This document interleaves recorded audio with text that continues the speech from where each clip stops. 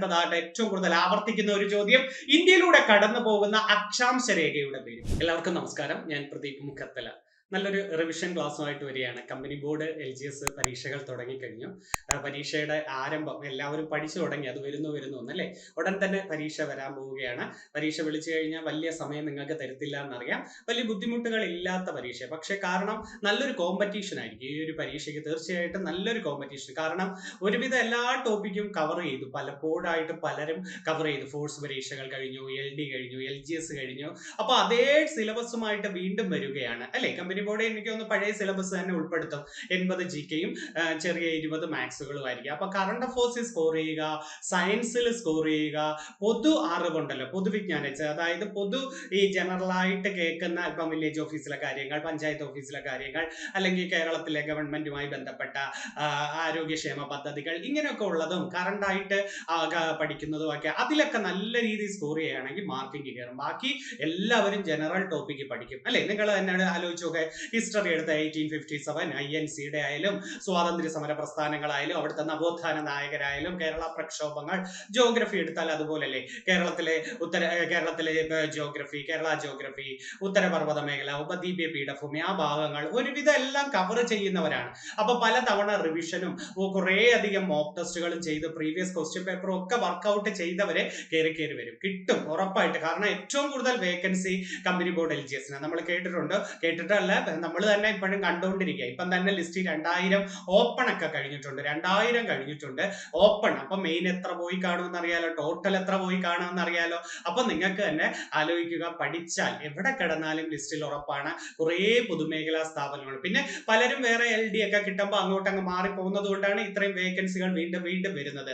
LD കിട്ടിപ്പോകുന്നവരുണ്ട്, degree level പരീക്ഷകൾ കിട്ടിപ്പോകുന്നവരുണ്ട്, അങ്ങനെയൊക്കെ പോകുക. അപ്പൊ അത് ആലോചിക്കുക, ആത്മാർത്ഥമായിട്ട് പഠിച്ചാൽ തീർച്ചയായിട്ടും ജോലി കിട്ടും എന്നുള്ളതാണ്. ബുദ്ധിമുട്ടില്ലാത്ത ഒരു പരീക്ഷ. കഴിഞ്ഞ പ്രാവശ്യമൊക്കെ ഏറ്റവും കൂടുതൽ സ്കൂൾ ടെസ്റ്റുമായി ബന്ധപ്പെട്ട ചോദ്യങ്ങളാണ് വന്നത്. അതുകൊണ്ട് വേണമെന്ന് വെച്ചിരുന്നാലേ കിട്ടും. പിന്നെ നിങ്ങളുടെ മനസ്സിലെ തോന്നലുകൾ ആദ്യം വിടണം. ഇത് എനിക്ക് പറ്റുമോ സാറേ, ഡിഗ്രി ഉള്ളവരുണ്ട്, ഡിഗ്രി ഇല്ലാത്തവരുണ്ട്, ഇങ്ങനെയൊക്കെ ചിന്തിക്കുന്നതിന് തന്നെ നിങ്ങൾക്ക് ഒരു വേക്കൻസി പോരെയോ. ഡിഗ്രി ഇല്ലാത്തവരോട് മത്സരിച്ചാൽ മാത്രമേ നിങ്ങൾക്ക് ജോലി കിട്ടുമെന്നുണ്ടോ? അങ്ങനെയൊക്കെ ചിന്തിക്കരുത്. എനിക്ക് വയസ്സ് ഓവറായി സാറേ, എനിക്ക് എല്ലാം കൂടെ കഴിഞ്ഞിട്ട് വീട്ടിൽ ഇരുന്ന് പഠിക്കുമ്പോൾ മറ്റുള്ളവരുമായിട്ട് താരതമ്യം ചെയ്ത് പഠിക്കാൻ പറ്റുമോ? ഇങ്ങനെയൊക്കെ ഉള്ള 100 ചോദ്യങ്ങളാണ് വരുന്നത്.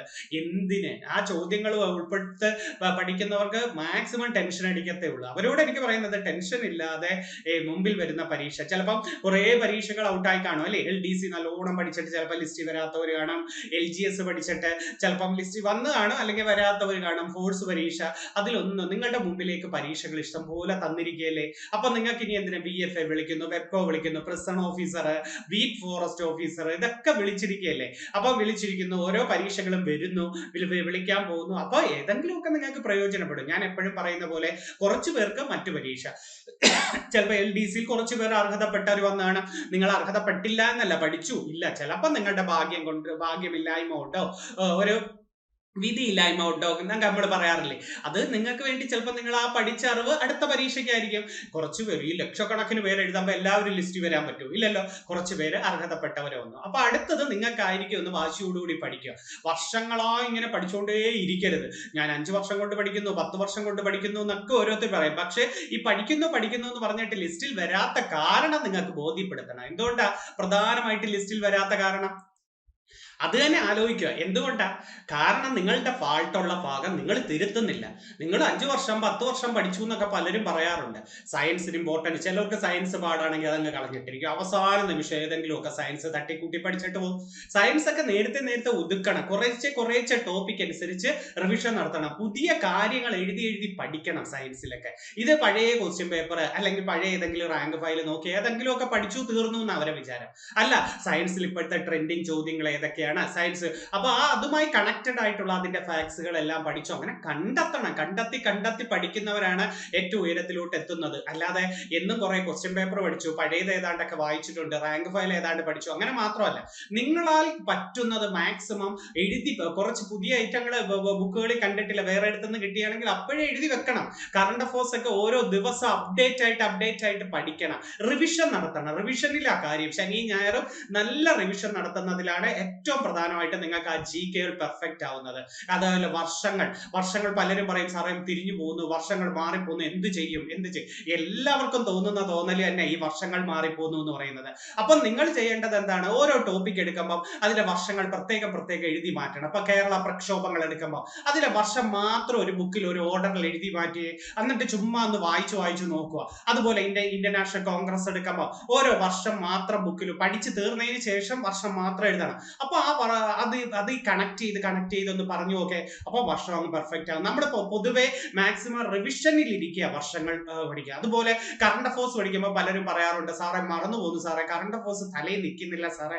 എല്ലാവർക്കും അത് തന്നെ. ഈ PSC പരീക്ഷ എഴുതാൻ പോകുന്ന 90% ആൾക്കാരുടെയും മനസ്സിൽ തോന്നുന്ന തോന്നലാണ് നിങ്ങൾക്കും തോന്നി. പക്ഷെ ഈ നല്ല റാങ്ക് നേടിയവരാരാ, അവർ പല തവണ റിവിഷൻ നടത്തി, അവര് ഒരു കാൽക്കുലേഷൻ നടത്തി. ഒരു ദിവസത്തിൽ ഇത്ര നേരം ഞാൻ കറണ്ട് അഫയേഴ്സിന് മാറ്റി വെക്കും, മാത്സിന് മാറ്റി വെക്കും, സയൻസിന് മാറ്റി വെക്കും. ആ സമയത്തിൽ കറക്റ്റ് അത് തന്നെ പഠിക്കും. ഒരു ദിവസം എടുത്താൽ ചിലപ്പോൾ രാത്രി 9 മണി തൊട്ട് 10 മണി വരെ ഞാൻ കറണ്ട് അഫയേഴ്സ് ആയിരിക്കും പഠിക്കുന്നത്. ചിലവർ എടുക്കുന്ന ടൈമാ. അല്ലെങ്കിൽ ചിലപ്പോൾ രാത്രി 10 മണി കഴിഞ്ഞ് 11, അല്ലെങ്കിൽ രാവിലെ 5 മണി തൊട്ട് 6 മണി വരെ കറണ്ട് അഫയേഴ്സ് റിവിഷൻ. ഓരോ ആഴ്ചയിലെ റിവിഷൻ, പിന്നെ ഓരോ മാസത്തെ റിവിഷൻ, അങ്ങനെ അങ്ങ് കൊണ്ടുവരണം. ഇപ്പൊ കഴിഞ്ഞ മാസം ഇപ്പം ഇത് സെപ്റ്റംബർ ആണെങ്കിൽ ആഗസ്റ്റിലെ ഫുള്ള് തീർത്തു, അതുപോലെ ജൂലൈയിലെ തീർത്തു, ജൂണിലെ തീർത്തു. ഇങ്ങനെ റിവിഷൻ നടത്തിക്കൊണ്ടേയിരിക്കുമ്പോൾ ആ വീടുകളൊക്കെ ലഭിക്കും. അതിൽ നിന്ന് തന്നെ ഹോട്ട് ടോപ്പിക്സ് കറണ്ട് അഫയേഴ്സ് നിങ്ങൾക്ക് സെപ്പറേറ്റ് മാറ്റാവുന്നതേ ഉള്ളൂ അല്ലെ. നോബൽ സമ്മാനങ്ങൾ, ടെന്നീസ് അവാർഡുകൾ, സിനിമ അവാർഡുകൾ, അങ്ങനെയുള്ള അവാർഡുകള്, മന്ത്രിമാര്, ചെയർമാൻമാര്, ഇങ്ങനെയൊക്കെ സെപ്പറേറ്റ് തിരിച്ച് അത് എന്നും റിവിഷൻ നടത്തിക്കൊണ്ടിരിക്കണം. ഏതൊരാളും കേരളത്തിലെ ഇപ്പോഴത്തെ ഇന്ന മന്ത്രി ആര്, അല്ലെങ്കിൽ ഇന്ന സംസ്ഥാനത്തെ മുഖ്യമന്ത്രി ആര് എന്ന് ചോദിച്ചാൽ നിങ്ങളുടെ മനസ്സിൽ ഉത്തരം വരണം. പിന്നെ എന്തിനാ നിങ്ങൾ PSCക്ക് ഇറങ്ങിയിരിക്കുന്നത്? PSCക്ക് ഇറങ്ങിയിരിക്കുമ്പോൾ അങ്ങനെയൊക്കെ ഉള്ളത് അപ്ഡേറ്റ് ആയിട്ട് പഠിച്ചുകൊണ്ടിരിക്കുന്ന കുട്ടികളാണ് ഓർത്തോർത്ത് പെട്ടെന്ന് പഠിക്കുന്നത്. പിന്നെ അരമണിക്കൂറെങ്കിലും TV ചാനലിലെ ഒരു വാർത്ത കണ്ടിരിക്കണം. വാർത്ത എന്തോ ആയിക്കോട്ടെ, പക്ഷെ നിങ്ങൾക്ക് എന്നും പുറം ലോകമായിട്ട്, ഇപ്പൊ കേരളമോ ഇന്ത്യയോ ലോകോ ആയിട്ട് ഒരു ബന്ധം സ്ഥാപിക്കാൻ പറ്റും. ആ പേരുകളൊക്കെ ലയിക്കുമ്പോൾ, അല്ലെങ്കിൽ ഈജിപ്തിലെ, അല്ലെങ്കിൽ ജപ്പാനിലെ, അല്ലെങ്കിൽ റഷ്യയിലെ ഏതെങ്കിലുമൊക്കെ കാര്യങ്ങൾ പറയുമ്പോൾ ആ പേരോ അവിടുത്തെ പ്രധാനമന്ത്രിയോ പ്രസിഡന്റോ അല്ലെങ്കിൽ അവിടുത്തെ നടത്തുന്ന മാറ്റങ്ങൾ, അങ്ങനെ അരമണിക്കൂർ ഒരു വാർത്താ ചാനലിൽ, ഏതെങ്കിലും നല്ലൊരു വാർത്താ ചാനലിലിട്ട് കണ്ടുകൊണ്ടിരിക്കുക. അതുപോലെ പത്രം കറക്റ്റ് ആയിട്ട് വായിച്ചു പോവുക.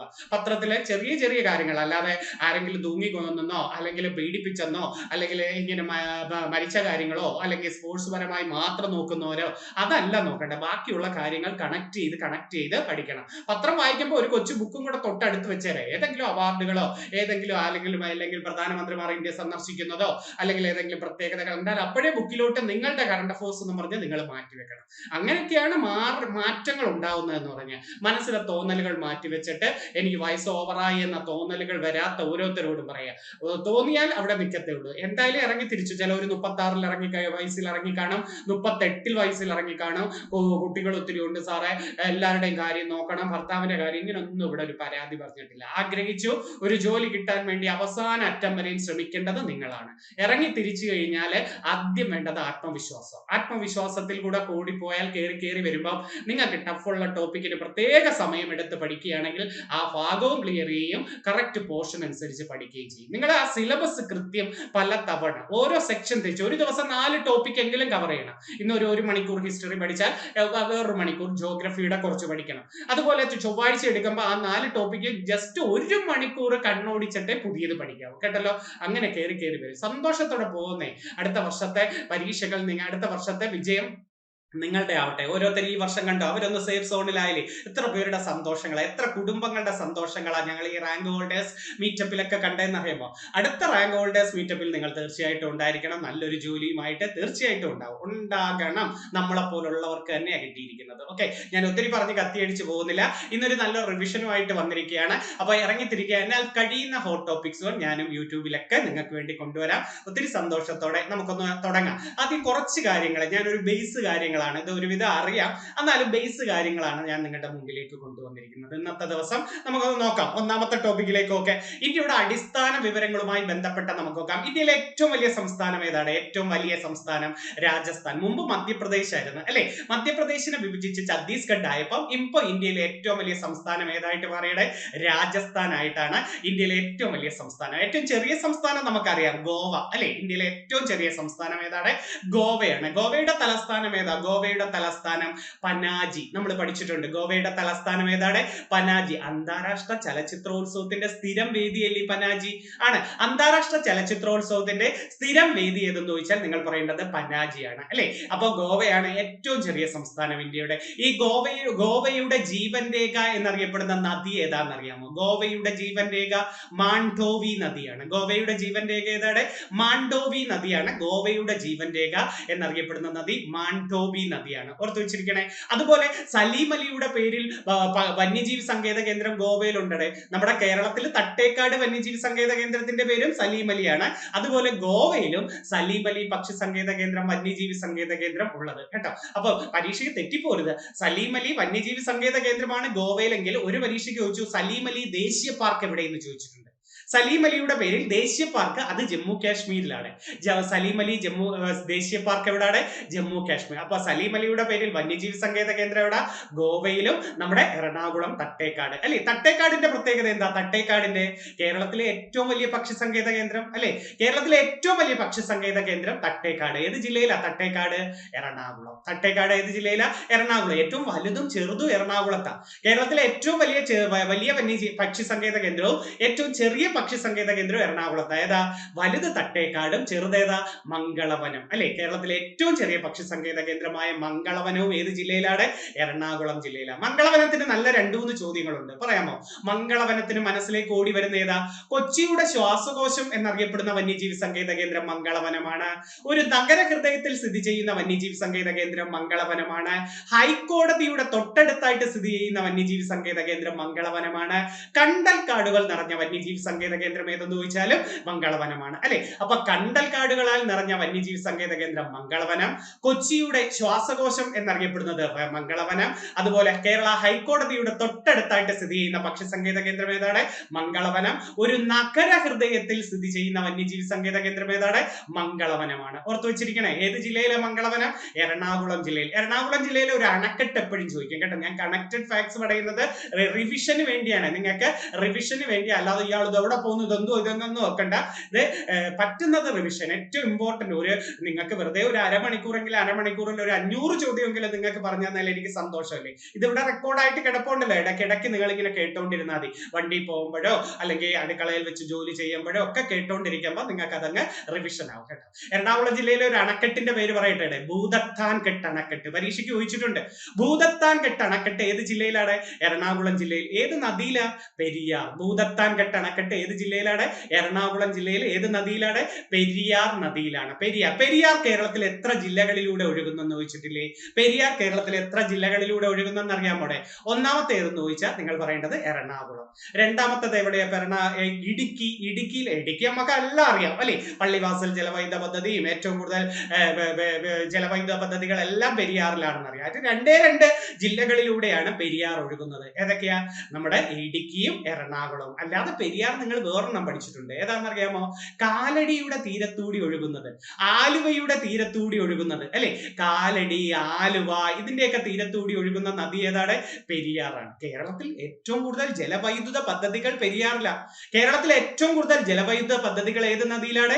പെരിയാറിലാണ്. കേരളത്തിലെ ഏറ്റവും കൂടുതൽ ജലസേചന പദ്ധതികൾ ഭാരതപ്പുഴയിൽ പറയാമോ കേട്ടോ. കേരളത്തിൽ ഏറ്റവും കൂടുതൽ ജലവൈദ്യുത പദ്ധതികൾ പെരിയാറാണെങ്കിൽ കേരളത്തിലെ ഏറ്റവും കൂടുതൽ ജലസേചന പദ്ധതികളുള്ള നദി ഏതാണ്? ഭാരതപ്പുഴയാണ്. ഓക്കെ. അപ്പൊ ഒന്നാമത്തെ ചോദ്യം ഏതാണ് നമ്മൾ പഠിച്ചത്? ഇന്ത്യയിലെ ഏറ്റവും വലിയ സംസ്ഥാനം രാജസ്ഥാൻ ആണെങ്കിൽ ഏറ്റവും ചെറുത് ഏതാണ്? ഏറ്റവും ചെറുത് ഗോവ. കടൽ തീരം ഏറ്റവും കുറവ് ഗോവയ്ക്കാണ്. ഇന്ത്യയിൽ കടൽ തീരം ഏറ്റവും കുറവുള്ള സംസ്ഥാനം ഏതെന്ന് ചോദിച്ചാൽ നിങ്ങൾ പറയേണ്ടത് ഏതാ? ഗോവയാ. അപ്പൊ കടൽ തീരം ഏറ്റവും കൂടുതൽ എവിടാ? അത് നമ്മുടെ ഗുജറാത്തിലാണ്. അപ്പൊ ഇന്ത്യയിൽ കടൽ തീരം ഏറ്റവും കൂടുതലുള്ള സംസ്ഥാനം ഏതെന്ന് ചോദിച്ചാൽ ഗുജറാത്തും. കടൽ തീരം ഏറ്റവും കുറവ് എവിടെയെന്ന് ചോദിച്ചാൽ നിങ്ങൾ പറയേണ്ടത് എവിടെയാണ്? ഗോവയിലുമാണ്. കേരളത്തിലെ ഒന്ന് പറഞ്ഞ കേരളത്തിലെ ഏറ്റവും കൂടുതൽ കടൽ തീരമുള്ളത് കണ്ണൂരാണ്. കേരളത്തിൽ ഏറ്റവും കൂടുതൽ കടൽ തീരമുള്ളത് എവിടെ? കണ്ണൂർ. കുറവ് കൊല്ലം ജില്ലയ്ക്കാണ്. കടൽ തീരം ഏറ്റവും കുറവുള്ളത് എവിടെയാണ്?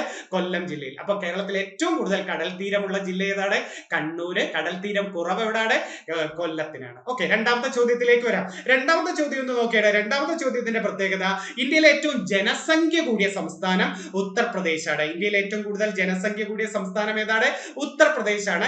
ഏറ്റവും ജനസംഖ്യ കൂടിയ സംസ്ഥാനം ഏതെന്ന് വെച്ചാൽ ജനസംഖ്യ ജനസംഖ്യ കുറവ് എവിടാന്നറിയാമോ? സിക്കിമിലാണ്. ജനസംഖ്യ കുറവ് എവിടാണ്? സിക്കിമിലാണ് ഇന്ത്യയിലെ ഏറ്റവും ജനസംഖ്യ കുറവ് അല്ലെ. ഉത്തർപ്രദേശിന് നിങ്ങൾക്ക് ഏറ്റവും കൂടുതൽ ചോദിക്കുന്ന ചോദ്യം പറയട്ടെ. ഉത്തർപ്രദേശിന് ജനസംഖ്യ മാത്രമല്ല, ഏതൊക്കെയാ? പട്ടികജാതിക്കാർ കൂടുതൽ ഉത്തർപ്രദേശിലാണ്. പട്ടികജാതിക്കാർ മാത്രമല്ല, സംസ്ഥാന നിയമസഭാ സീറ്റ്, ലോകസഭാ സീറ്റ്, രാജ്യസഭാ സീറ്റ്, ഇതൊക്കെ ഏറ്റവും കൂടുതൽ എവിടെ? ഉത്തർപ്രദേശിലാണ്. അപ്പം ജനസംഖ്യ ഏറ്റവും കൂടുതൽ, ലോകസഭാ സീറ്റ്, രാജ്യസഭാ സീറ്റ്, സംസ്ഥാന നിയമസഭാ സീറ്റ്, പട്ടികജാതിക്കാർ ഏറ്റവും കൂടുതൽ എവിടെയെന്ന് ചോദിച്ചാൽ നിങ്ങൾ പറയേണ്ടത് എവിടെയാണ്? ഉത്തർപ്രദേശിലാണ്. പട്ടികജാതിക്കാർ ഏറ്റവും കൂടുതൽ എവിടെയെന്ന് ചോദിച്ചാൽ അതൊന്ന് പഠിച്ചു വെച്ചിരിക്കണേ. അപ്പം അത് പരീക്ഷയ്ക്ക് ചോദിച്ചിട്ടുള്ള ക്വസ്റ്റ്യൻ ആണ്. അടുത്തത് ഈ ഉത്തർപ്രദേശിന്റെ തലസ്ഥാനം നിങ്ങൾക്ക് അറിയാമോ? ഉത്തർപ്രദേശിന്റെ തലസ്ഥാനം ലക്നൗ. ഉത്തർപ്രദേശിന്റെ തലസ്ഥാനം ഏതാണ്? ലക്നൗ ആണ് ഉത്തർപ്രദേശിന്റെ തലസ്ഥാനം. എവിടെയാണ് ലക്നൗ കേട്ടിട്ടുള്ളത്? ലക്നൗ എവിടെയാണ് കേട്ടിട്ടുള്ളത്? നല്ലൊരു ചോദ്യം പറയട്ടെ. ലക്നൌവിന്റെ നല്ല ഇമ്പോർട്ടന്റ് ചോദ്യം, ആവർത്തിക്കുന്ന ചോദ്യം മാത്രമേ ഞാൻ പറയുന്നുള്ളേ. ലക്നൌവിന്റെ നല്ലൊരു ചോദ്യം പറയട്ടെ. അതായത് നമ്മുടെ സ്വാതന്ത്ര്യ സമര ചരിത്രത്തിൽ മിതവാദികളും തീവ്രവാദികളും രണ്ടായി പിരിഞ്ഞില്ലേ? സൂററ്റ് സ്പ്ലിറ്റ് എന്ന് വിളിക്കത്തില്ലേ? രണ്ടായി പിരിഞ്ഞത്. ഇവര് ഒന്നിച്ചത് 1916 ലക്നൗ സമ്മേളനത്തിൽ വെച്ചാണ്. അപ്പൊ മിതവാദികളും തീവ്രവാദികളും ഒന്നിച്ച INC-യുടെ സമ്മേളനം ഏതെന്ന് ചോദിച്ചിട്ടില്ലേ? എന്താ? 1916 ലക്നൗ സമ്മേളനത്തിൽ. അപ്പൊ ഉത്തർപ്രദേശിന്റെ തലസ്ഥാനം ഏതാണ്? ലക്നൗ ആണ്. ലക്നൌവിന്റെ തീരത്തൂടി ഒഴുകുന്ന നദി ഓർമ്മയുണ്ടോ? ലക്നൌവിന്റെ തീരത്തൂടി ഒഴുകുന്ന നദി ഗോമതി നദിയാണ്. ലക്നൌവിന്റെ തീരത്തൂടി ഒഴുകുന്ന നദി ഏതാണ്? ഗോമതി നദി. അതുപോലെ നമ്മുടെ 1857 വിപ്ലവത്തിലെ ലക്നൌവിൽ വിപ്ലവം നയിച്ചത് ആരെന്ന് ചോദിച്ചിട്ടില്ലേ? 1857 വിപ്ലവത്തിൽ ലക്നൌവിൽ വിപ്ലവം നയിച്ചത് ബീഗം ഹസ്രത്ത് മഹലാണ്. ബീഗം ഹസ്രത്ത് മഹൽ. അപ്പൊ ഇന്ത്യയിലെ ഏറ്റവും ജനസംഖ്യ കൂടിയ സംസ്ഥാനം ഏതാണ്? ഉത്തർപ്രദേശാണ്. ഓർത്തു വെച്ചിരിക്കണേ. ഗോതമ്പ് ഏറ്റവും കൂടുതൽ ഉത്തർപ്രദേശിലാണ്. ഗോതമ്പ്, അതുപോലെ കരിമ്പ്, പഞ്ചസാര. ഗോതമ്പ്, കരിമ്പ്, പഞ്ചസാര ഏറ്റവും കൂടുതൽ എവിടെയാണ്? ഉത്തർപ്രദേശിൽ. ജനസംഖ്യ ഏറ്റവും കുറഞ്ഞത് സിക്കിമിലാണ് അല്ലെ? സിക്കിമിലാണ്. സിക്കിമിന്റെ ജീവൻ രേഖ എന്നറിയപ്പെടുന്ന നദിയല്ലേ ടീസ്റ്റ ആണ്. സിക്കിമിന്റെ ജീവൻ രേഖ എന്നറിയപ്പെടുന്ന നദി ഏതാണ്? ടീസ്റ്റ. ഇന്ത്യയിലെ ഏറ്റവും വേഗത്തിൽ ഒഴുകുന്ന നദി ടീസ്റ്റയാണ്. ഇന്ത്യയിലെ ഏറ്റവും വേഗത്തിൽ ഒഴുകുന്ന നദി ഏതാണ്? ടീസ്റ്റ. ഒരു പരീക്ഷയ്ക്ക് ടീസ്റ്റ ഏത് നദിയുടെ പോഷക നദിയാണെന്ന് ചോദിച്ചു. ടീസ്റ്റ ഏത് നദിയുടെ പോഷക നദി? ബ്രഹ്മപുത്രയുടെ ആയിരുന്നു. ബ്രഹ്മപുത്രയുടെ പോഷക നദിയാണ് ടീസ്റ്റ. അപ്പൊ സിക്കിമിന്റെ ജീവൻ രേഖ എന്നറിയപ്പെടുന്ന നദി ഏതാ? ടീസ്റ്റ. ഇന്ത്യയിൽ വേഗത്തിൽ ഒഴുകുന്ന നദി ഏതാണ്? ടീസ്റ്റയാണ്. ഏറ്റവും ജനസംഖ്യ കുറഞ്ഞ സംസ്ഥാനം ഏതാണ്? ഏത്? ജനസാന്ദ്രത ഏറ്റവും കൂടിയ സംസ്ഥാനം ബീഹാറാണ്. ജനസാന്ദ്രതയുടെ കാര്യത്തിൽ ബീഹാറും, ജനസാന്ദ്രതയിൽ 3-ാം സ്ഥാനത്താണ് നമ്മുടെ കേരളം കേട്ടോ. 2-ാം സ്ഥാനത്ത് പശ്ചിമ ബംഗാളാണ്. അപ്പൊ ജനസാന്ദ്രത ഏറ്റവും കൂടുതലുള്ള ആദ്യത്തെ 3 സ്റ്റേറ്റുകൾ ചോദിച്ചാൽ 1 ബീഹാർ, 2 പശ്ചിമ ബംഗാൾ, 3 കേരളമാണ്. ജനസാന്ദ്രത ഏറ്റവും കുറവ് അരുണാചൽ പ്രദേശാണ്. 17 ചതുരശ്ര കിലോമീറ്ററേ ഉള്ളൂ. അപ്പൊ ജനസാന്ദ്രത ഏറ്റവും കുറവ് എവിടെയാണ്? അരുണാചൽ പ്രദേശ്. ഏറ്റവും കൂടുതൽ എവിടെയാണ്? ബീഹാറിലാണ്. ഇന്ത്യയുടെ ജനസാന്ദ്രത എത്ര? 382 ചതുരശ്ര കിലോമീറ്റർ. ഇന്ത്യയുടെ ജനസാന്ദ്രത എത്രയാണ്? 382 ചതുരശ്ര കിലോമീറ്റർ ആണ്. അത് ഒന്ന് ഓർത്തു വെച്ചിരിക്കണേ. ഏറ്റവും വലിയ കേന്ദ്രഭരണ പ്രദേശം ഇപ്പൊ ലഡാക്കാണ്. ഏറ്റവും വലുത്. നേരത്തെ ആൻഡമാൻ നിക്കോബാർ ആയിരുന്നു, ഇതിപ്പോ മാറി. ഇന്ത്യയിലെ ഏറ്റവും വലിയ കേന്ദ്രഭരണ പ്രദേശം ഏതാണ്? ലഡാക്കാണ്. ഏറ്റവും ചെറുത് നമ്മുടെ പഴയത് തന്നെ, ലക്ഷദ്വീപ് തന്നെ. അപ്പൊ ഇന്ത്യയിലെ ഏറ്റവും വലിയ കേന്ദ്രഭരണ പ്രദേശം ഏതാണ്? ലഡാക്കാണ് അല്ലെ. ലഡാക്കിന് ഒരു പ്രത്യേകതയുണ്ട്. എന്താണെന്നറിയാമോ? നിശബ്ദ തീരം എന്നറിയപ്പെടുന്നു, ലിറ്റിൽ ടിബറ്റ് എന്നറിയപ്പെടുന്നു. നിശബ്ദ തീരം, ലിറ്റിൽ ടിബറ്റ് എന്നൊക്കെ അറിയപ്പെടുന്നത് ഏതാണ്? ലഡാക്കിനെ. ഇന്ത്യയുടെ തണുത്ത മരുഭൂമി എന്നറിയപ്പെടുന്നത് ലഡാക്കാണ് കേട്ടോ. അപ്പൊ നിശബ്ദ തീരമെന്നും ലിറ്റിൽ ടിബറ്റ് എന്നും ഇന്ത്യയുടെ തണുത്ത മരുഭൂമി എന്നൊക്കെ അറിയപ്പെടുന്നത് ഏതാണ്? ലഡാക്കാണ്. ഓക്കെ, ഓർത്തു വെച്ചിരിക്കണേ. ലിറ്റിൽ ടിബറ്റ് ആണ്, ലിറ്റിൽ ലാസ അല്ല, തിരിഞ്ഞു പോരുത്. ലിറ്റിൽ ടിബറ്റ് വേറെ, ലിറ്റിൽ ലാസ വേറെ. ലിറ്റിൽ ടിബറ്റ് എന്ന് പറയുന്നത് ലഡാക്ക്, ലിറ്റിൽ ലാസ ധർമ്മശാലയാണ്. ലിറ്റിൽ ലാസ ഏതാ? ധർമ്മശാല. അപ്പൊ ഇന്ത്യയുടെ ഏറ്റവും വലിയ കേന്ദ്രഭരണ പ്രദേശം ലഡാക്ക്. ഏറ്റവും ചെറിയ കേന്ദ്രഭരണ പ്രദേശം ഏതാണ്? ലക്ഷദ്വീപ്. ജനസംഖ്യ കൂടിയ കേന്ദ്രഭരണ പ്രദേശം ഡൽഹിയിലും, ജനസംഖ്യ കുറവ് ലക്ഷദ്വീപിൽ തന്നെയാണ് കേട്ടോ. ജനസംഖ്യ കുറവ് എവിടെയാണ്? ലക്ഷദ്വീപിൽ. സാക്ഷരത ഏറ്റവും കൂടുതൽ കേരള, അത് നമുക്ക് എല്ലാവർക്കും അറിയാവുന്നതാണ്. സാക്ഷരത ഏറ്റവും കുറവ് ബീഹാറില. സാക്ഷരത ഏറ്റവും കുറവ് എവിടെ? ബീഹാർ. നേരത്തെ ബീഹാർ ഏതാ നമ്മൾ പഠിച്ചത്? ജനസാന്ദ്രത ഏറ്റവും കൂടിയ സംസ്ഥാനം ബീഹാർ. സാക്ഷരത ഏറ്റവും കുറവ് ബീഹാറില. അപ്പൊ സാക്ഷരത ഏറ്റവും കൂടുതൽ എവിടെയാണ്? കേരളമാണ്. സാക്ഷരത ഏറ്റവും കൂടിയ കേന്ദ്രഭരണ പ്രദേശം ലക്ഷദ്വീപും, ഏറ്റവും കുറവ് ദാദ്ര നഗർ ഹവേലിയുമാണ്. ഏറ്റവും കുറവ് എവിടെയാണ്? ദാദ്ര നഗർ ഹവേലി. ഇന്ത്യയിലെ ഏറ്റവും ഏറ്റവും വലിയ നദി ഏതെന്ന് ചോദിച്ചാൽ നമുക്കറിയാം ഗംഗയാണ് അല്ലെ. ഏറ്റവും വലിയ നദി ഏതാണ്? ഗംഗ. ഇന്ത്യൻ ഉപഭൂഖണ്ഡത്തിലെ എന്നല്ല, ഉപഭൂഖണ്ഡത്തിലെ ഏറ്റവും വലിയ നദി സിന്ധു നദിയാണ്. ഇന്ത്യൻ ഉപദ്വീപ് ഇന്ത്യയിലെ ഏറ്റവും വലിയ നദി ഗോദാവരിയാണ്. സംസ്ഥാനത്തിലൂടെ ഒഴുകുന്നതിൽ കൃത്യമായിട്ട് ഏറ്റവും വലുത് ഗോദാവരി. കാരണം ഗംഗ ബംഗ്ലാദേശിലൊക്കെ ഉണ്ടല്ലോ അല്ലെ. അതുകൊണ്ട് ഒരു സംസ്ഥാനത്തിലൂടെ ഒഴുകുന്നതിൽ ഇന്ത്യയിലെ ഏറ്റവും വലിയ നദി ഗോദാവരി പറഞ്ഞാൽ മതി. അപ്പം ഇന്ത്യൻ സംസ്ഥാനങ്ങളിലൂടെ ഒഴുകുന്നതിൽ വലുതേതാണ്? ഗോദാവരി. അപ്പൊ ഒന്നും കൂടെ പറഞ്ഞേ, ഇന്ത്യയിലെ ഏറ്റവും വലിയ നദി ഗംഗ, ഇന്ത്യൻ ഉപഭൂഖണ്ഡത്തിലെ ഏറ്റവും വലിയ നദി സിന്ധു, ഇന്ത്യൻ ഉപദ്വീപ് ഇന്ത്യയിലെ ഏറ്റവും വലിയ നദി ഗോദാവരി.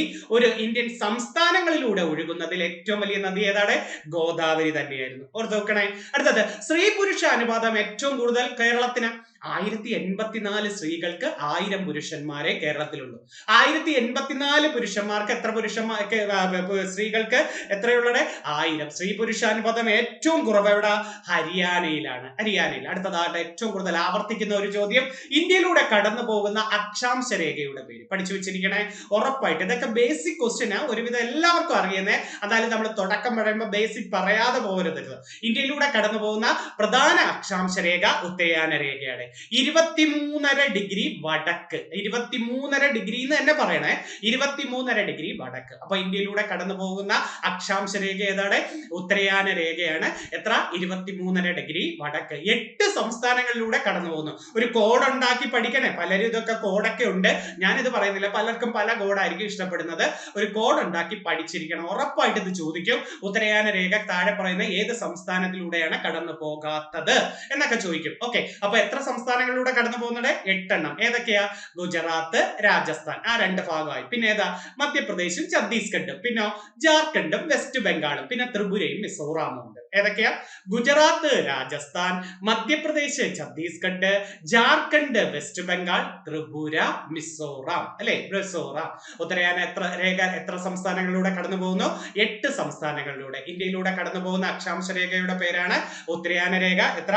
23.5 ഡിഗ്രി വടക്ക്. ഇന്ത്യയുടെ വടക്കേ അറ്റം ഏതാ? ലഡാക്കിലെ ഇന്ദിരാകോളാണ് അല്ലെ. ഇന്ത്യയുടെ വടക്കേ അറ്റം എന്ന് വിളിക്കുന്നത് ലഡാക്കിലെ ഇന്ദിരാകോൾ. ഇന്ത്യയുടെ തെക്കേ അറ്റം ഏതാ? ഗ്രേറ്റ് നിക്കോബാറിലെ, ആൻഡമാൻ നിക്കോബാറിൽ തന്നെ ഗ്രേറ്റ് നിക്കോബാറിലെ ഇന്ദിരാ പോയിന്റ് ആണ്. ഇന്ത്യയുടെ കിഴക്കേ അറ്റം ഏതാ? അരുണാചൽ പ്രദേശിലെ കിബിത്തു ആണ് ഇന്ത്യയുടെ കിഴക്കേ അറ്റം. ഇന്ത്യയുടെ പടിഞ്ഞാറേ അറ്റം ഗുജറാത്തിലെ ഗുഹാർ മോത്തിയാണ്. ഇന്ത്യയുടെ പടിഞ്ഞാറേ അറ്റം ഏതാണ്? ഗുജറാത്തിലെ ഗുഹാർ മോത്തിയാണ്. അപ്പൊ ഇന്ത്യയുടെ വടക്കേ അറ്റം ഇന്ദിരാകോൾ ലഡാക്ക്, ഇന്ത്യയുടെ തെക്കേ അറ്റം ഇന്ദിരാ പോയിന്റ് ഗ്രേറ്റ് നിക്കോബാർ, ഇന്ത്യയുടെ കിഴക്കേ അറ്റം അരുണാചൽ പ്രദേശിലെ കിബിത്തു, ഇന്ത്യയുടെ പടിഞ്ഞാറേ അറ്റം ഗുജറാത്തിലെ ഗുഹാർ മോത്തി, ഇന്ത്യൻ ഉപദ്വീപിന്റെ തെക്കേ അറ്റം എന്ന് ചോദിച്ചാൽ നിങ്ങൾ കന്യാകുമാരി എന്ന് എഴുതിയാൽ മതി കേട്ടോ. ഇന്ത്യയുടെ വടക്കേ അറ്റോ ഇന്ത്യയുടെ തെക്കേ അറ്റോ അങ്ങനെയൊക്കെ ചോദിക്കുമ്പോഴാണ്. ഉപദ്വീപിന്റെ തെക്കേ അറ്റം എന്നൊക്കെ ചോദിക്കാറുണ്ട്. ഒന്ന് ഓർത്ത് വെച്ചിരിക്കുക ഒരു പരീക്ഷ. ഇന്ത്യയിലെ ഏറ്റവും ഉയരം കൂടിയ കൊടുമുടി ഗോഡ്വിൻ ആസ്റ്റിന്. ഇന്ത്യയിലെ കേട്ടോ, ഇന്ത്യയിലെ ഒരു ഇന്ത്യൻ പൂർണ്ണമായും ഇന്ത്യയിലെ ഏറ്റവും ഇന്ത്യക്കകത്ത് സ്ഥിതി ചെയ്യുന്നതിൽ കാഞ്ചൻജംഗ പറഞ്ഞാൽ മതി. സിക്കിമിലെ കാഞ്ചൻജംഗ. അപ്പൊ ഇന്ത്യയിലെ ഏറ്റവും ഉയരം കൂടിയ കൊടുമുടി ഏതാണ്? Godwin Austin. മറ്റൊരു പേരെന്താ? ഗോഡ്വിൻ ആസ്റ്റിൻ മൗണ്ട് കേറ്റു, കാറക്കോറം മലനിരയിലാണ് ഇത് കിടക്കുന്നത്. പക്ഷെ പൂർണ്ണമായും ഇന്ത്യക്കകത്ത് സ്ഥിതി ചെയ്യുന്ന ഇന്ത്യയിലെ ഏറ്റവും വലിയ കൊടുമുടി കാഞ്ചൻജംഗ സിക്കിമിലാണ് അല്ലെ. അത് നമ്മുടെ ഹിമാദ്രിയിലാണ് കിടക്കുന്നത്. പൂർണ്ണമായും ഇന്ത്യയിൽ സ്ഥിതി ചെയ്യുന്ന ഏറ്റവും വലിയ രണ്ടാമത്തെ കൊടുമുടിയും ചോദിക്കും. നന്ദാദേവി, ഉത്തരാഖണ്ഡിലെ നന്ദാദേവിയാണ് പൂർണ്ണമായും ഇന്ത്യയിൽ സ്ഥിതി ചെയ്യുന്ന ഏറ്റവും ഉയരം കൂടിയ രണ്ടാമത്തെ കൊടുമുടി. ദക്ഷിണേന്ത്യയിലെ ഏറ്റവും ഉയരം കൂടിയ കൊടുമുടി നമ്മുടെ കേരളത്തിൽ തന്നെ ആനമുടി അല്ലെ. ആനമുടിയാണ് ദക്ഷിണേന്ത്യയിലെ ദേവികുളം താലൂക്ക് മൂന്നാർ പഞ്ചായത്തിലെ ആനമുടിയാണ് ദക്ഷിണേന്ത്യയിലെ ഏറ്റവും ഉയരം കൂടിയ കൊടുമുടി. ആനമുടിയാണ്. ഓർത്ത് വെച്ചിരിക്കണേ. അപ്പം പൂർണ്ണമായും ഇന്ത്യയിൽ സ്ഥിതി ചെയ്യുന്ന ഏറ്റവും വലിയ കൊടുമുടി ഏതാണ്? കാഞ്ചൻജംഗ. കാഞ്ചൻജംഗയ്ക്ക് ഒരു പരീക്ഷയ്ക്ക് ഇങ്ങനെ ചോദിച്ചായിരുന്നു, ഈ കൊടുമുടിയുടെ ശൃംഗത്തിൽ ചവിട്ടരുത് എന്ന വ്യവസ്ഥയോടുകൂടി കയറ്റിവിടുന്ന കൊടുമുടി ഏതെന്ന് ചോദിച്ചിട്ടുണ്ട്. കൊടുമുടിയുടെ ശൃംഗത്തിൽ ചവിട്ടരുത് എന്ന വ്യവസ്ഥയോടുകൂടി കയറ്റി വിടുന്ന ഏതാണ്? കാഞ്ചൻജംഗയാണ്. അപ്പം കാഞ്ചൻജംഗ ഏത് സ്റ്റേറ്റിലാ? സിക്കിമിലാണ്. ഇന്ത്യയിലെ ഏറ്റവും വലിയ പീഠഭൂമി ഏതാ? ഡെക്കാൻ പീഠഭൂമി. ഇന്ത്യയിലെ ഏറ്റവും വലിയ പീഠഭൂമി ഏതാണ്? ഡെക്കാൻ പീഠഭൂമിയുടെ ആകൃതി ത്രികോണാകൃതിയാണ് കേട്ടോ. ഡെക്കാൻ പീഠഭൂമിയുടെ ആകൃതി ഏതാണ്? ത്രികോണാകൃതി. കഴിഞ്ഞ പരീക്ഷയ്ക്ക് ഡെക്കാൻ ട്രാപ്പ് മേഖല ഏത് ശിലയാണ് ചോദിച്ചു. ഇതൊക്കെ നിങ്ങൾക്ക് ഇനി അങ്ങോട്ട് പഠിക്കാനുണ്ട്. ഞാൻ ക്വസ്റ്റ്യൻ കേൾക്കുമ്പോൾ പെട്ടെന്ന് ഓർമ്മ വരുന്ന പറയുന്നത്. അപ്പൊ ഇന്ത്യയിലെ ഏറ്റവും വലിയ പീഠഭൂമി ഏതാണ്? ഡെക്കാൻ പീഠഭൂമി. ഡെക്കാൻ പീഠഭൂമി, ഡെക്കാൻ ട്രാപ്പ് മേഖല ബസാൾട്ട് നിറഞ്ഞ ആഗ്നേയശില. ഇങ്ങനെ ചോദിച്ചു. അപ്പൊ ഡെക്കാൻ ട്രാപ്പ് മേഖല ഏത് ശിലയാണ്? ബസാൾട്ട് നിറഞ്ഞ ആഗ്നേയശില. അപ്പൊ ഇന്ത്യയിലെ ഏറ്റവും വലിയ പീഠഭൂമി ഏതാണ്? ഡെക്കാൻ പീഠഭൂമി. ഇവിടുത്തെ പ്രധാന മണ്ണിനം കറുത്ത മണ്ണാണ്. ഡെക്കാൻ പീഠഭൂമിയിലെ പ്രധാന മണ്ണിനം ഏതെന്ന് ചോദിച്ചാൽ കറുത്ത മണ്ണ്. ഇന്ത്യയിലെ ഏറ്റവും ഉയരത്തിൽ സ്ഥിതി ചെയ്യുന്ന പീഠഭൂമി ലഡാക്ക് പീഠഭൂമി. ഉയരത്തിൽ സ്ഥിതി ചെയ്യുന്നത്. കേരളത്തിലെ ഏറ്റവും വലിയ പീഠഭൂമി ചോദിച്ചാൽ വയനാട് പീഠഭൂമിയാണ് കേരളത്തിലെ ഏറ്റവും വലിയ പീഠഭൂമി ചോദിച്ചാൽ. കടൽ തീരം ഏറ്റവും കൂടുതൽ ഗുജറാത്തിനാണ്. ഞാൻ നേരത്തെ പറഞ്ഞു അല്ലെ, കടൽ തീരം കുറവാർക്ക? ഗോവയ്ക്കാണ് കടൽ തീരം കുറവ്. ഇന്ത്യയുടെ വടക്കേ അറ്റത്തെ സംസ്ഥാനം ഇപ്പൊ ജമ്മു കാശ്മീർ മാറ്റി ഹിമാചൽ പ്രദേശ്, തെക്കേ അറ്റത്ത് തമിഴ്നാട്, കിഴക്കേ അറ്റത്ത് അരുണാചൽ പ്രദേശ്, പടിഞ്ഞാറേ അറ്റത്ത് ഏതാ? ഗുജറാത്ത് അല്ലെ. 4 ദിക്കുകൊണ്ട് പഠിച്ച് വടക്ക് ഹിമാചൽ, തെക്ക് തമിഴ്നാട്, കിഴക്ക് അരുണാചൽ പ്രദേശ്, പടിഞ്ഞാറ് ഏതാ? ഗുജറാത്താണ് ഇന്ത്യയുടെ ഓരോ അറ്റത്തെ സംസ്ഥാനം ചോദിച്ചാൽ. ഓർത്തു വെച്ചിരിക്കണേ. ഇന്ത്യയിലെ ഏറ്റവും വലിയ തടാകം ഏത് എന്ന് ചോദിച്ചാൽ ഒഡീഷയിലെ ചിൽക്ക തടാകമാണ് ഏറ്റവും വലിയ തടാകം കേട്ടോ. ഇന്ത്യയിലെ ഏറ്റവും വലിയ ശുദ്ധജല തടാകം ചോദിച്ചാൽ ജമ്മു കാശ്മീരിലെ ഊളാർ തടാകമാണ് ഇന്ത്യയിലെ ഏറ്റവും വലിയ ശുദ്ധജല തടാകം ഏതെന്ന് ചോദിച്ചാൽ. ഇന്ത്യയിലെ ഏറ്റവും ഉയരത്തിൽ സ്ഥിതി ചെയ്യുന്ന തടാകം സിക്കിമിലെ ചോലാമു തടാകമാണ്. ചോലാമു തടാകം ഇന്ത്യയിലെ ഏറ്റവും ഉയരത്തിൽ സ്ഥിതി ചെയ്യുന്ന തടാകം ഏതാണ്? സിക്കിമിലെ ചോലാമു തടാകം. ഏറ്റവും കൂടുതൽ ലവണത്വമുള്ള തടാകം രാജസ്ഥാനിലെ സാമ്പാർ തടാകമാണ്. സാമ്പാർ, ലവണത്വം, ഉപ്പുജലം ഏറ്റവും കൂടുതൽ. അപ്പം ഏറ്റവും വലിയ തടാകം ചോദിച്ചാൽ ഒഡീഷയിലെ ചിൽക്ക. ഏറ്റവും വലിയ ശുദ്ധജല തടാകം ചോദിച്ചാൽ ജമ്മുവിലെ ഊളാർ തടാകം. ഏറ്റവും ഉയരത്തിൽ സ്ഥിതി ചെയ്യുന്ന തടാകം ചോദിച്ചാൽ ചോലാമു തടാകം. ഏറ്റവും കൂടുതൽ ലവണത്വമുള്ള തടാകം ഏതാണ്? സാമ്പാർ തടാകം. തടാകങ്ങളെ കുറിച്ചൊക്കെ ഞാൻ പിന്നീട് പഠിപ്പിക്കാം. ഒത്തിരി വേറെ ചോദ്യങ്ങളുണ്ട്. ഇന്ത്യയിൽ ഏറ്റവും വനം കൂടുതലുള്ളത് മധ്യപ്രദേശിലാണ്. വനം ഏറ്റവും കൂടുതൽ മധ്യപ്രദേശ്. വനം ഏറ്റവും കുറവ് ഹരിയാനയ്ക്കാണ്. വനം ഏറ്റവും കുറവ് എവിടെ? ഹരിയാന. വനം ഏറ്റവും കൂടുതലുള്ള കേന്ദ്രഭരണ പ്രദേശം ചോദിച്ചാൽ ജമ്മു കാശ്മീർ എഴുതിയാൽ മതി കേട്ടോ. അപ്പൊ വനം ഏറ്റവും കൂടുതൽ മധ്യപ്രദേശ്, വനം ഏറ്റവും കുറവ് എവിടെ? ഹരിയാന. വനം ഏറ്റവും കൂടുതലുള്ള കേന്ദ്രഭരണ പ്രദേശം ഏതാ? ജമ്മു കാശ്മീർ. ഇനി ഇങ്ങനെ പരീക്ഷയ്ക്ക് ചോദിക്കും, ശതമാനാടിസ്ഥാനത്തിൽ വനം ഏറ്റവും കൂടുതൽ മിസോറാമിനാണ്. ശതമാനാടിസ്ഥാനത്തിൽ വനം ഏറ്റവും കൂടുതൽ എവിടെ?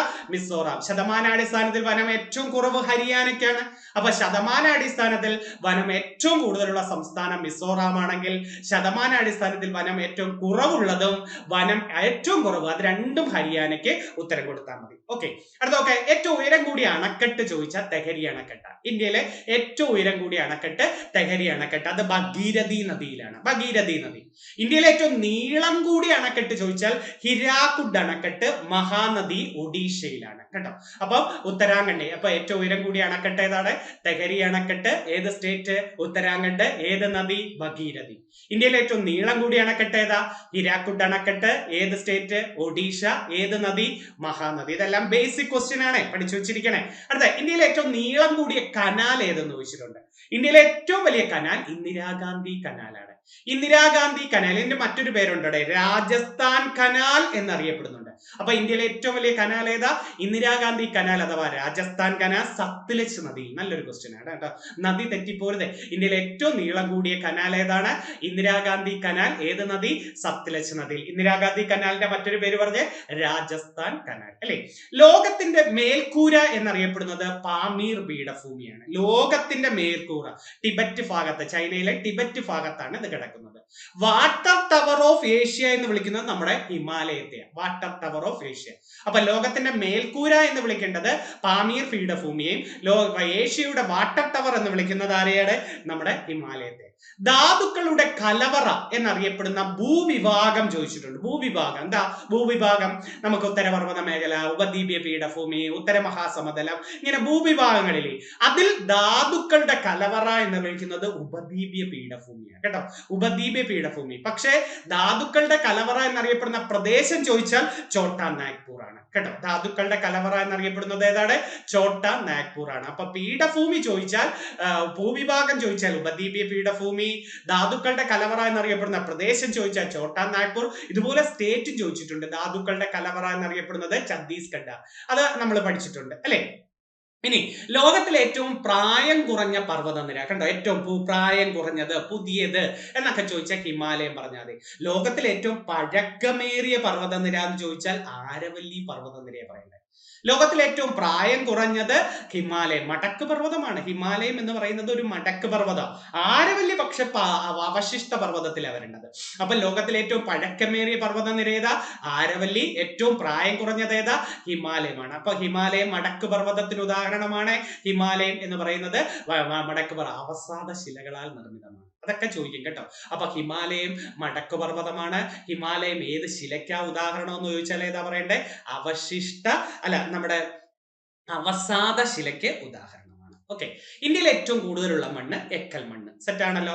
നെല്ല് കൃഷിക്ക് ഏറ്റവും അനുയോജ്യമായ മണ്ണ് എക്കൽ മണ്ണ്. കുങ്കുമ കൃഷിക്ക്, എപ്പോഴും ആവർത്തിക്കുന്ന ക്വസ്റ്റ്യൻ, കുങ്കുമ കൃഷിക്ക് ഏറ്റവും അനുയോജ്യമായ മണ്ണ് കരേവ മണ്ണ്.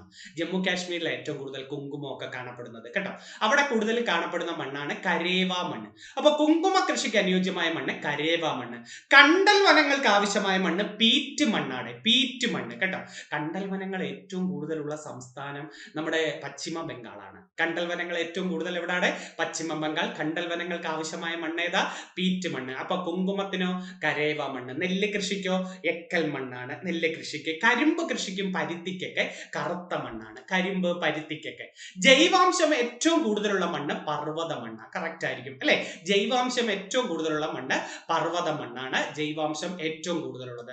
കേരളത്തിൽ ഏറ്റവും കൂടുതലുള്ളത് ലാറ്ററൈറ്റ് മണ്ണ്. അതാ റബ്ബർ കൃഷിക്ക് അനുയോജ്യമായ മണ്ണ് ഏതെന്നൊക്കെ ചോദിച്ചാൽ നമ്മള് ലാറ്ററൈറ്റ് മണ്ണല്ലേ റബ്ബർ കൃഷിക്ക് അനുയോജ്യം. അപ്പൊ ഇന്ത്യയിൽ ഏറ്റവും കൂടുതലുള്ള മണ്ണ് എക്കൽ മണ്ണാണെങ്കിൽ കേരളത്തിൽ ഏറ്റവും കൂടുതലുള്ള മണ്ണ് ഏതാണ്?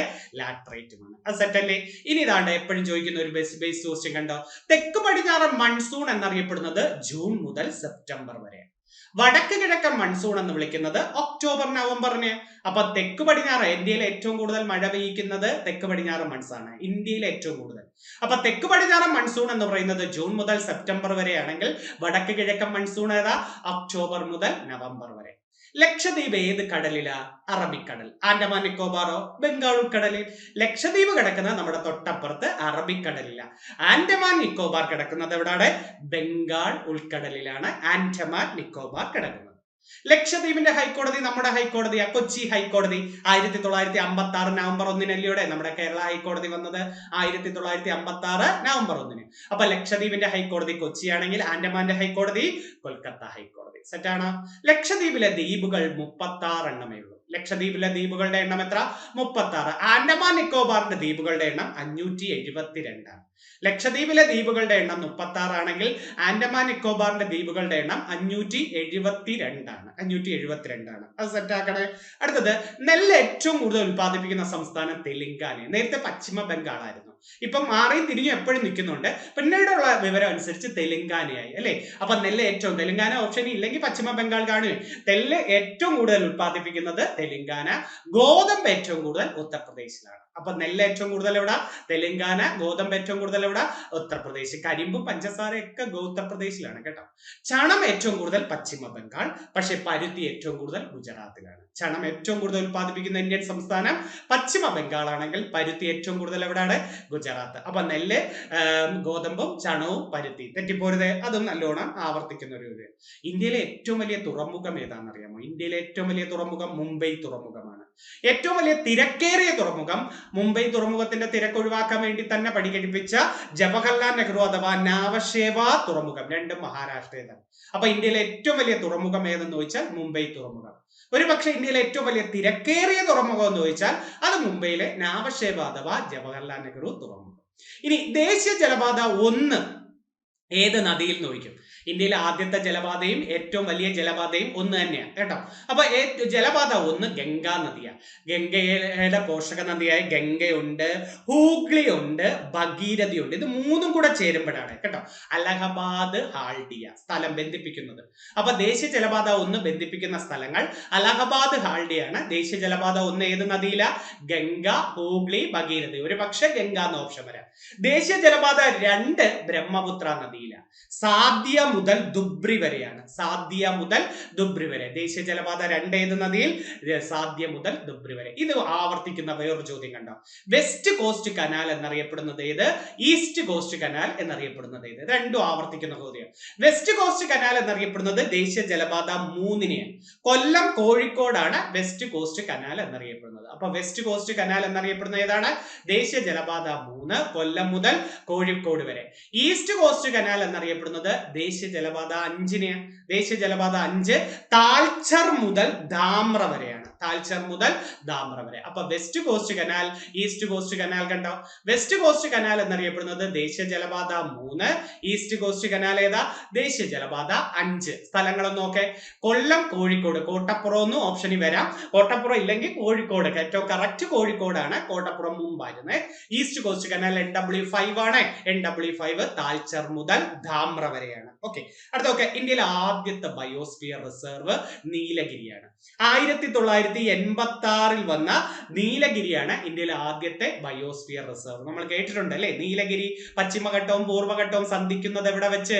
നീലഗിരിയിൽ വെച്ച് എന്നൊക്കെ പറയും. ഇന്ത്യയിലെ ഏറ്റവും വലിയ ബയോസ്ഫിയർ റിസർവ് ഗ്യാൻഫാരതി അല്ലെ, ഗുജറാത്തിലെ ഗ്യാൻഫാരതിയാണ് ഏറ്റവും വലിയ ബയോസ്ഫിയർ റിസർവ് ഏതെന്ന് ചോദിച്ചാൽ. റാൻ ഓഫ് കച്ച് എന്നൊക്കെ നമ്മൾ പറയാറുണ്ട്.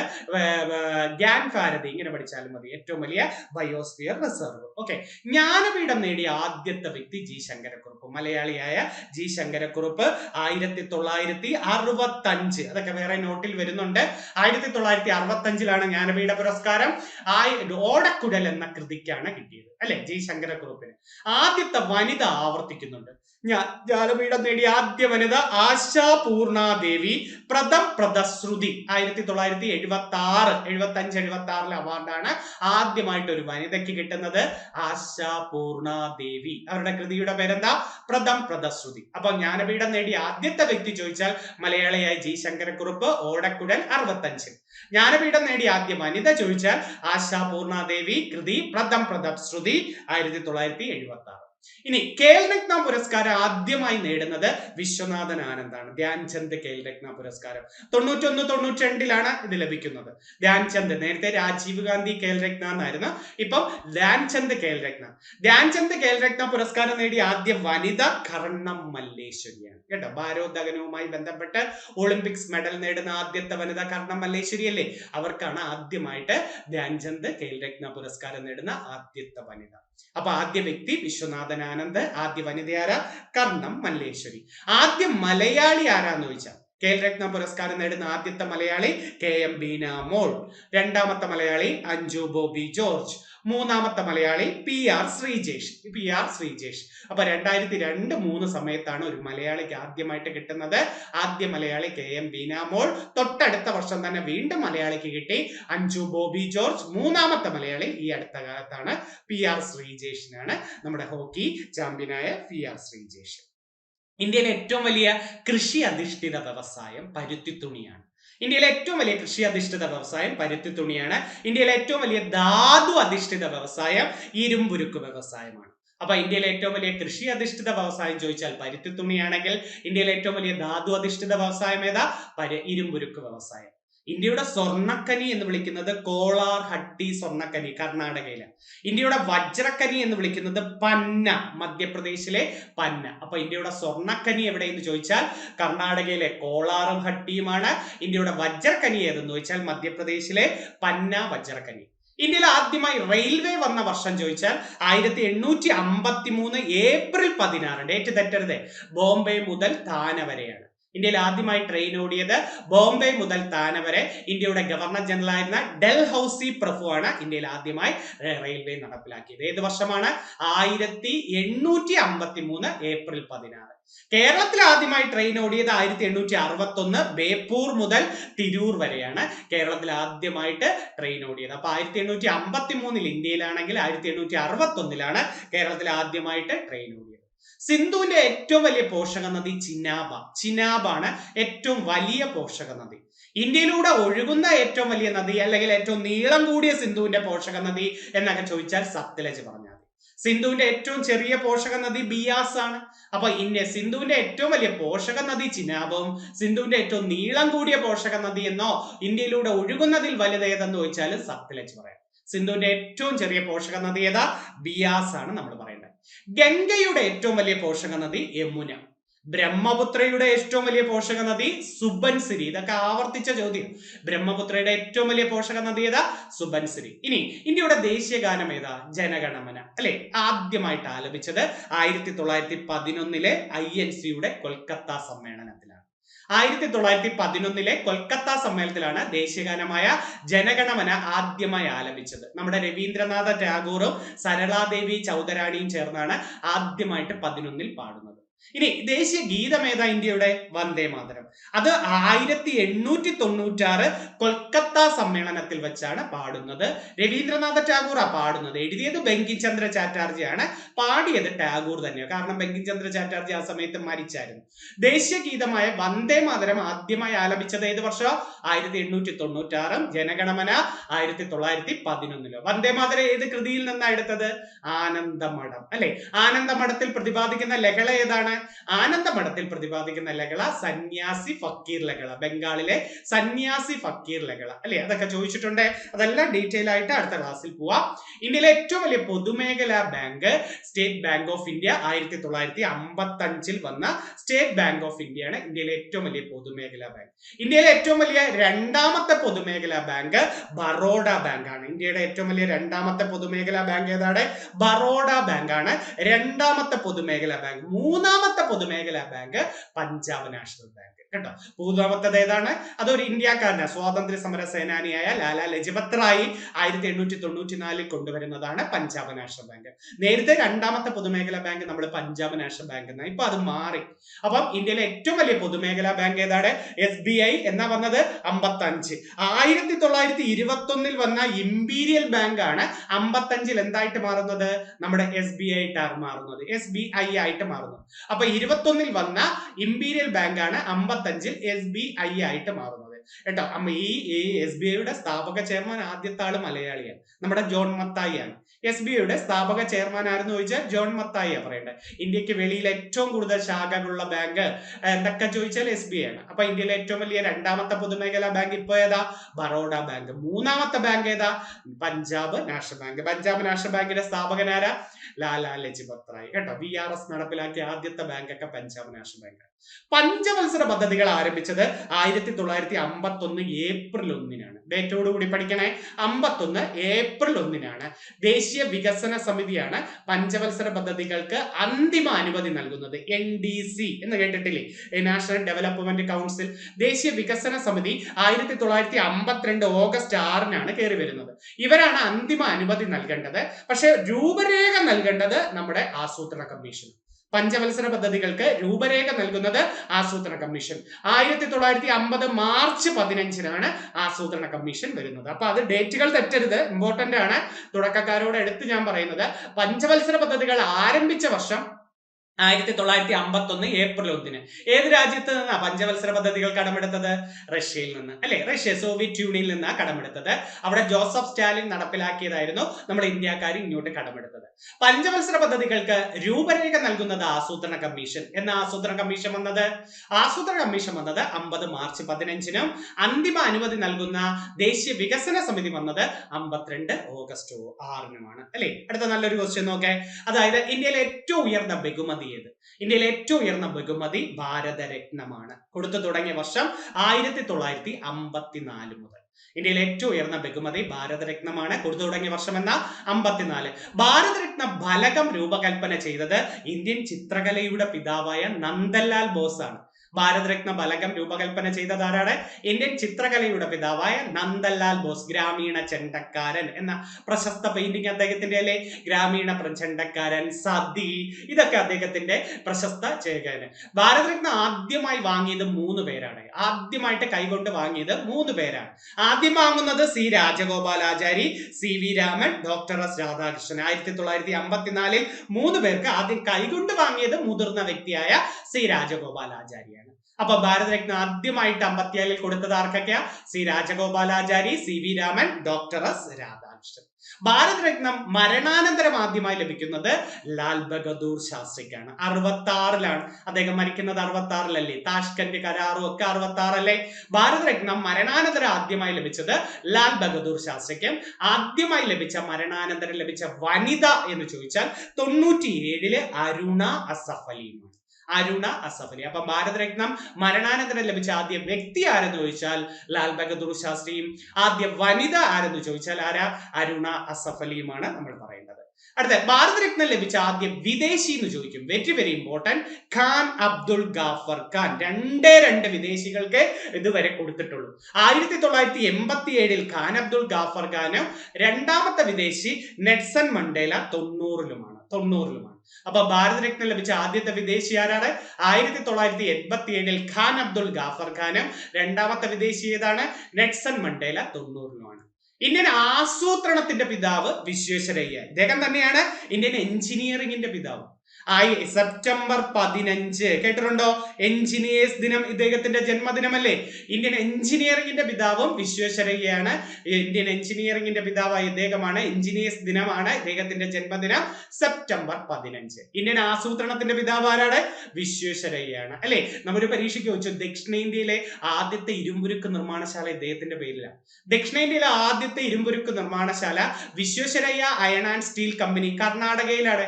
കർണാടകയിലെ കുദ്രമുഖ് എന്ന് പറയുന്ന സ്ഥലത്താണ്. അപ്പൊ ദക്ഷിണേന്ത്യയിലെ ആദ്യത്തെ ഇരുമ്പുരുക്ക് നിർമ്മാണശാല Visvesvaraya iron and steel company. അപ്പൊ ഇന്ത്യൻ ആസൂത്രണത്തിന്റെ പിതാവാര? Visvesvaraya. Planned economy for India ഇദ്ദേഹത്തിന്റെ പ്രശസ്ത കൃതിയാണ്. പ്ലാൻഡ് ഇക്കോണമി ഫോർ ഇന്ത്യ ആരുടെ കൃതി എന്ന് ചോദിച്ചാൽ വിശ്വേശ്വരയ്യയുടെ പറയണ്ടേ. ഇന്ത്യൻ എഞ്ചിനീയറിംഗിന്റെ പിതാവും വിശ്വേശ്വരയ്യ. സെപ്റ്റംബർ 15 എഞ്ചിനീയേഴ്സ് ദിനം. സെപ്റ്റംബർ 16 ഓസോൺ ദിനമാണ്. സെപ്റ്റംബർ 16 ഏതാ? ഓസോൺ ദിനം. സെപ്റ്റംബർ 14 ഹിന്ദി ദിനം. സെപ്റ്റംബർ 14 ഹിന്ദി ദിനം. സെപ്റ്റംബർ 15 എഞ്ചിനീയേഴ്സ് ദിനം. സെപ്റ്റംബർ 16 ഓസോൺ ദിനം. ലാസ്റ്റ് ചോദ്യം. ഇന്ത്യൻ ബജറ്റിന്റെ പിതാവ് PC മഹലനോബിസ്. ഇന്ത്യൻ സ്റ്റാറ്റിസ്റ്റിക്സിന്റെ പിതാവ് PC മഹലനോബിസ്. ഇന്ത്യൻ ആസൂത്രണത്തിന്റെ ശില്പി PC മഹലനോബിസ്. പിതാവ് നമ്മൾ പഠിച്ചു കഴിഞ്ഞു. ഇനി ശില്പി എന്ന് ചോദിച്ചാൽ PC മഹലനോബിസ് ആണ്. അപ്പൊ PC മഹലനോബിസിന് എന്തൊക്കെ പറയണേ? ഇന്ത്യൻ ബജറ്റിന്റെ പിതാവ്, ഇന്ത്യൻ സ്റ്റാറ്റിസ്റ്റിക്സിന്റെ പിതാവ്, ഇന്ത്യൻ ആസൂത്രണത്തിന്റെ പിതാവ് PC മഹലനോബിസ് അല്ലെ? ജൂൺ 29 ഇദ്ദേഹത്തിന്റെ ജന്മദിനം നമ്മൾ സ്റ്റാറ്റിസ്റ്റിക്സ് ദിനമായിട്ട് പറയുന്നുണ്ട്. ആരുടെയാ? PC മഹലനോബിസിന്റെ. അപ്പൊ PC മഹലനോബിസിന്റെ ജന്മദിനമാണ് ജൂൺ 29. ഏത് ദിനം? സ്റ്റാറ്റിസ്റ്റിക്സ് ദിനം. ഇദ്ദേഹത്തിന്റെ ഒരു മാസികയുടെ പേരാ സംഖ്യ. സംഖ്യ എന്ന മാസിക ആരുടെ എന്ന് ചോദിച്ചിട്ടുണ്ട്? PC മഹലനോബിസിന്റെ. അപ്പം ഇന്ത്യൻ ബജറ്റിന്റെ പിതാവ് PC മഹലനോബിസ്, ഇന്ത്യൻ സ്റ്റാറ്റിസ്റ്റിക്സിന്റെ പിതാവ് PC മഹലനോബിസ്, ഇന്ത്യൻ ആസൂത്രണത്തിന്റെ പിതാവ് ആരാടെ? പിതാവല്ല, ശില്പി. ആരാ? PC മഹലനോബിസ് അല്ലെ? 50 ചോദ്യം എഴുതിയെങ്കിലും അതൊരു 100-150 കൂടുതൽ കാണും. പലതിലും 3-4 ചോദ്യങ്ങൾ വരും. അതിനിടയ്ക്ക് കുറച്ചൊക്കെ ഞാൻ ഇച്ചിരി സ്പീഡിൽ പോയതെന്ന് പറഞ്ഞാൽ 1 മണിക്കൂർ 2 മണിക്കൂർ എടുത്താൽ നിങ്ങൾക്ക് ബോറാണ്, നിങ്ങൾക്ക് MB ഒക്കെ തികയത്തില്ലെന്ന് അറിയാം. അതുകൊണ്ടാണ്. എന്നാലും നല്ല കുറെ ബേസിക് ക്വസ്റ്റ്യൻ ആണ്. ബേസിക് അതാണ്. അല്ലാതെ സീനിയർകാർക്ക് ലെവലുള്ളവർക്കൊക്കെ ഇത് പുച്ഛമായിരിക്കും. ഇതൊക്കെ ഞങ്ങൾ എപ്പോഴും പഠിക്കുന്നില്ലേ എന്നൊക്കെ ചോദിച്ചാണ്. പക്ഷെ ഞാൻ അവരെ ഉദ്ദേശിച്ചല്ല. തുടക്കമൊക്കെ ആദ്യമായിട്ടൊക്കെ പഠിച്ചു വരുന്നതോ ഒന്നും ബേസ് ഇല്ലാത്തവരും ഒക്കെ ഇതൊക്കെ ഒന്ന് അറിഞ്ഞിരിക്കട്ടെ എന്ന് വെച്ചാണ് ഇതുമായി ബന്ധപ്പെട്ട ആദ്യമേ തന്നത്. അല്ലാതെ ഇതില് പറഞ്ഞ് അവസാനം ഇയാൾ എന്നും ഇതൊക്കെ തന്നെയാണോ പഠിപ്പിക്കുന്നതെന്നൊന്നും തോന്നരുത്. കാരണം എനിക്ക് എല്ലാവരെയും നോക്കണമല്ലോ. സീനിയർകാരെയും ജൂനിയർകാരെയും തുടക്കമാകുമ്പോൾ നമ്മള് ഇതേന്നും പറഞ്ഞു നോക്കുമ്പോൾ ആദ്യമേ ഇതൊക്കെ തന്നെങ്കിലല്ലേ നിങ്ങൾക്ക് ആ ഒരു ബേസ് കിട്ടും. ഓക്കെ. പിന്നെ അധ്യാപകർ സിലബസ് അനുസരിച്ച് ഓരോ ടോപ്പിക് അനുസരിച്ച് പഠിപ്പിക്കുമ്പോൾ അത് നല്ലവണ്ണം പഠിക്കുകയും ചെയ്യണം കേട്ടോ. എല്ലാവിധ ആശംസകളും. മുന്നോട്ട് പോ. നല്ല കുറെ കോ ടോപ്പിക്സുമായിട്ട് ഞാനും ഇനിയും ഇവരും നിങ്ങൾക്ക് വേണ്ടി എല്ലാ റിവിഷനുമായിട്ട് എന്നാൽ കഴിയുന്ന റിവിഷൻ. ഇന്ന് നല്ല കുറെ ചോദ്യങ്ങളാണ്. ഇതുമായി ബന്ധപ്പെട്ട് വീണ്ടും ഇതേ കണക്റ്റഡ് ആയിട്ട് 2ാം സെക്ഷൻ ഉടൻ തന്നെ കാണാം. ഒത്തിരി സന്തോഷത്തോടെ നിങ്ങളുടെ വിലയേറിയ അഭിപ്രായങ്ങളൊക്കെ കേൾക്കാൻ വേണ്ടി കാത്തിരിക്കുകയാണ്. ക്ലാസ് ഇഷ്ടപ്പെടെങ്കിൽ തീർച്ചയായിട്ടും മെസ്സേജ് അയക്കണം. ഒത്തിരി സന്തോഷത്തോടെ നിർത്തുന്നു. എല്ലാവർക്കും നല്ലൊരു വിജയാശംസകൾ നേരുന്നു. മുന്നോട്ടുള്ള യാത്രകളിൽ കൂടെ കാണാം. നല്ലൊരു ജോലി കിട്ടുന്നത് വരെ. ഓക്കെ. നന്ദി, നമസ്കാരം.